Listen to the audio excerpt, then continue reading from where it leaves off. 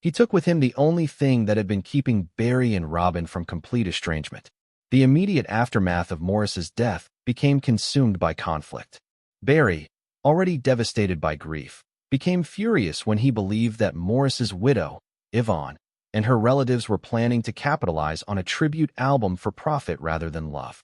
Barry felt excluded and blindsided by the decision-making process, and his hurt transformed into anger directed at everyone involved. He publicly expressed his concern that Morris's legacy was being exploited, turning what should have been a healing process into a public feud. Caught in the middle of this conflict was Robin, who wanted desperately to honor his twin brother, but found himself unable to navigate the minefield of emotions and tensions between Barry and Yvonne's side of the family. Every step forward felt painful and fraught with complications. Rumors began circulating that Robin continued working on BG's-related projects while Barry stepped back, hurt and deeply disillusioned by what he perceived as a betrayal of their collective legacy. What the public saw was a straightforward disagreement about an album and profit motives. What Robin's children later revealed was something far deeper and more tragic. Beneath the surface argument lay a fundamental struggle over grief itself, over identity, and over who had the right to represent the BGs in the aftermath of Morris's passing. It was a battle about legacy, about being heard, and about being valued. The divide between Barry and Robin only widened over the next decade. By the early 2000s, they were barely speaking. Worse still, Robin never told Barry that he had been diagnosed with cancer.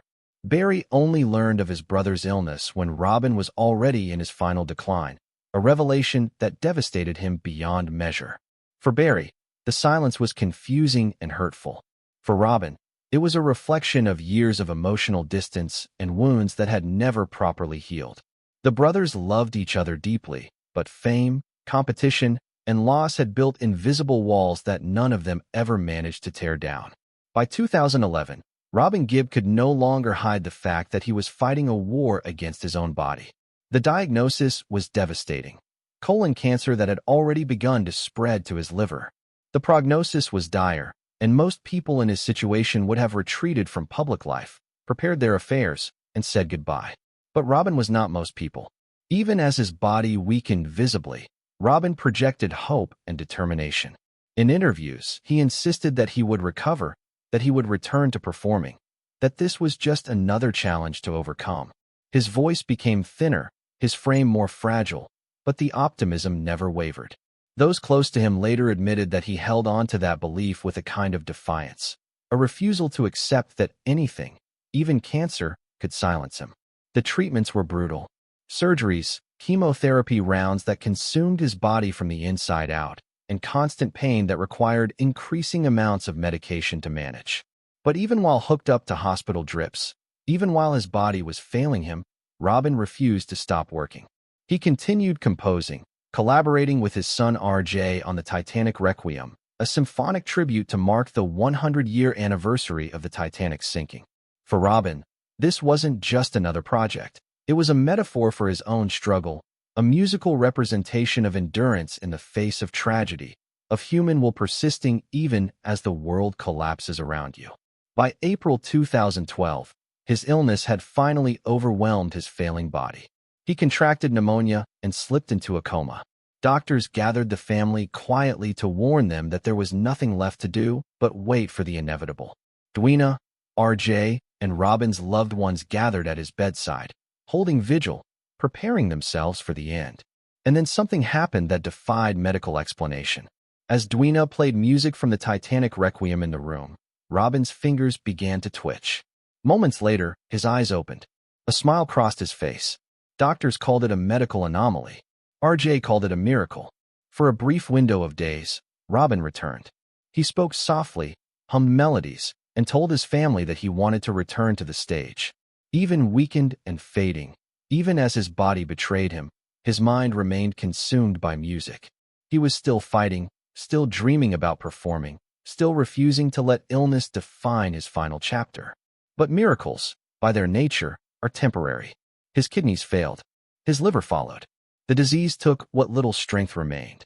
On May 20th, 2012, surrounded by Edwina, RJ, and those who loved him most, Robin slipped away at age 62. According to Dwina, he died quietly, smiling, his hand in hers, unafraid, at peace, and full of music until the very end. In the years following Robin's death, his family maintained their protective silence. They continued to guard his privacy the way they always had, believing that respect for his memory meant keeping his struggles private. But as time has passed, something has shifted.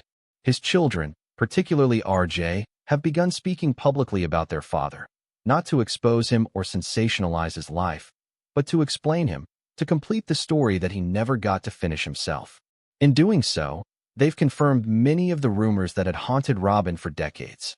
Dwina revealed details about their open marriage, speaking calmly and without bitterness about the arrangement and about Claire Young and Snow. She explained that Snow was provided for and cared for, that the situation wasn't the scandal the tabloids wanted it to be, but rather a reflection of their unconventional but genuine understanding of love and commitment. Details about Robin's estate also emerged. His will left his estimated £26 million primarily to Dwina, Spencer, Melissa, and R.J. Snow, while not listed as a main beneficiary, was quietly provided for in a way that the family handled discreetly to avoid the kind of legal and emotional battles that have destroyed so many celebrity families. But most powerful of all are R.J.'s memories of his father's final moments. Robin's emotional instability began to manifest in ways that alarmed those close to him. The constant stress, the sleeplessness that comes with relentless touring and recording schedules, and the paranoia that often accompanies extreme fame all began to take their toll. He turned to stimulants, amphetamines and methamphetamines, drugs that were commonplace among musicians who needed to stay awake through endless recording sessions and performances. What started as a way to maintain energy gradually became something more sinister. Friends and colleagues began noticing dramatic mood swings. Robin would experience periods of hyperactivity followed by crushing crashes of exhaustion.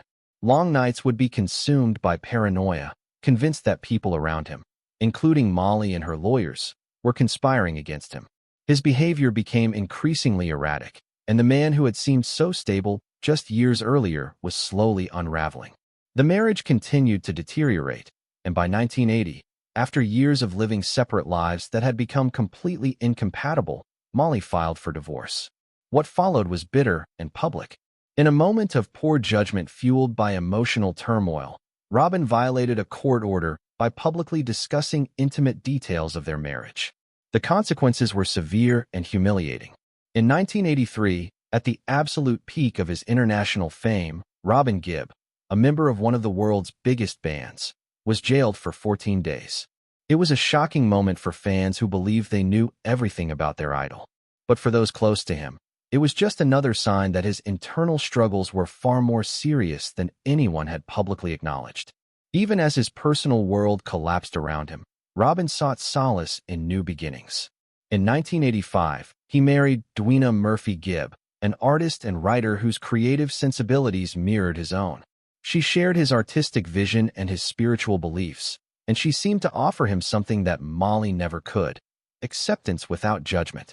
For a time, Dwina became both his romantic partner and his creative collaborator, helping to rebuild the stability and sense of purpose that had been shattered during his first marriage.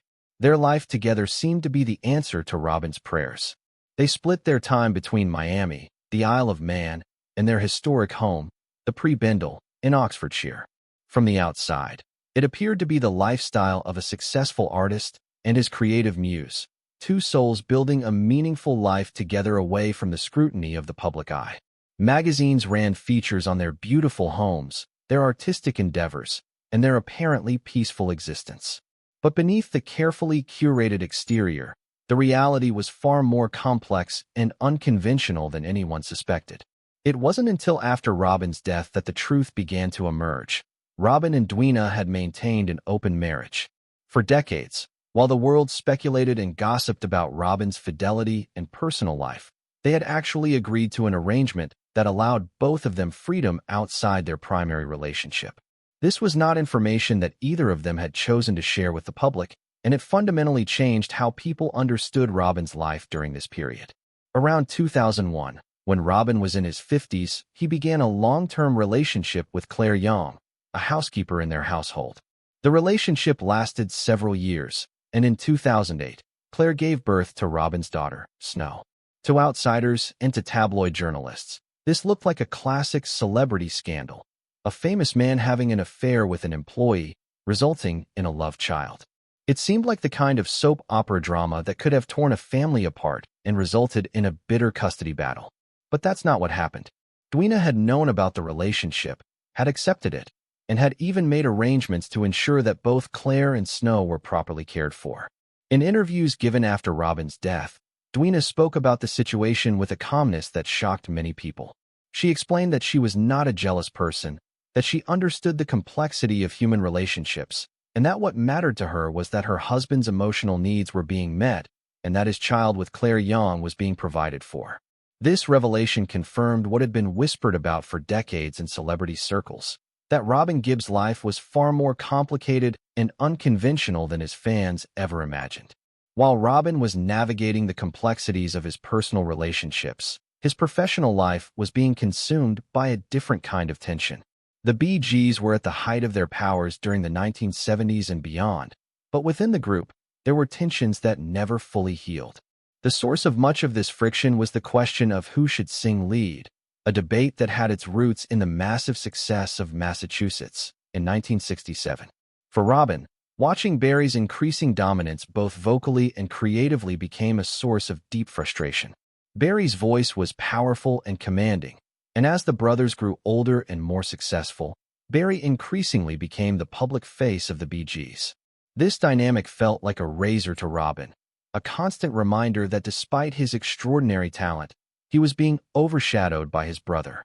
The tension between them led to Robin's temporary departure from the group in 1969, a break that shocked fans and industry insiders alike. When the brothers reunited in 1970, there was a surface reconciliation, but the underlying resentments never truly disappeared. Fans heard only flawless harmony pouring from their speakers and concert speakers, but behind the microphones, the dynamic was fraught with competition, ego, and unresolved pain.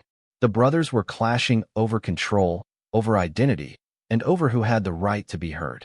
These unresolved professional tensions, combined with Robin's personal struggles with drugs, emotional instability, and relationship chaos, created an explosive mix that would have lasting consequences for the family's unity. The fragile balance that held the Gibb family together received its most devastating blow in 2003 with the death of Maurice Gibb. Maurice had always served as the emotional mediator between his older brother Barry and Robin. He was the peacemaker, the one who understood both sides and could navigate the complicated dynamics between the two dominant personalities.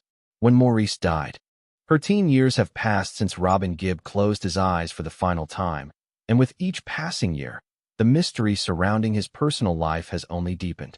The world knew Robin Gibb as part of the Bee Gees, one of the most iconic vocal groups of all time. His falsetto voice became the soundtrack to an entire era, instantly recognizable and beloved across continents. But what the public didn't know was far more complex, far more human, and infinitely more complicated than the polished image that graced album covers and concert stages. For over a decade, his family maintained a dignified silence. They protected the man behind the music, keeping his secrets close and his struggles private. But recently, something has shifted. Robin's children, particularly his youngest son RJ, have begun opening doors that have been locked for far too long. They're not trying to tear down their father's legacy. Rather, they're working to complete it, filling in the gaps that gossip and speculation have occupied for so many years. What they're revealing is a portrait of a deeply troubled genius, a man battling demons that fame could never cure, and a heart that never stopped trying to love those around him, even when love itself became impossibly complicated. To understand Robin Gibb's later struggles, we must first understand where he came from. Robin Hugh Gibb entered the world on December 22, 1949, arriving just 35 minutes before his fraternal twin, Maurice. Born in the Jane Crookall maternity home on the Isle of Man to parents Hugh and Barbara Gibb, Robin came into a household that was inherently restless. His parents weren't content to stay in one place, and throughout his childhood, the Gibb family was constantly in motion, from the Isle of Man to Manchester, and eventually across the world to Redcliffe, Australia. Those early years were filled with the kind of chaos that often precedes genius. The Gibb brothers were known among their neighborhood as troublemakers and pranksters. Small fires, elaborate schemes, and childish stunts kept the adults around them constantly worried. But what adults interpreted as mischief was actually something far more significant. It was creativity seeking an outlet, energy looking for a channel, passion demanding expression. The boys were bursting with something that had no name yet, and their pranks were merely the overflow of extraordinary talent looking for release. Everything changed when the brothers discovered harmony. It was in the mid-1950s when Barry, Robin, and Maurice realized that their voices could do something magical when combined. They began attempting to replicate the intricate harmonies of groups like the Everly Brothers and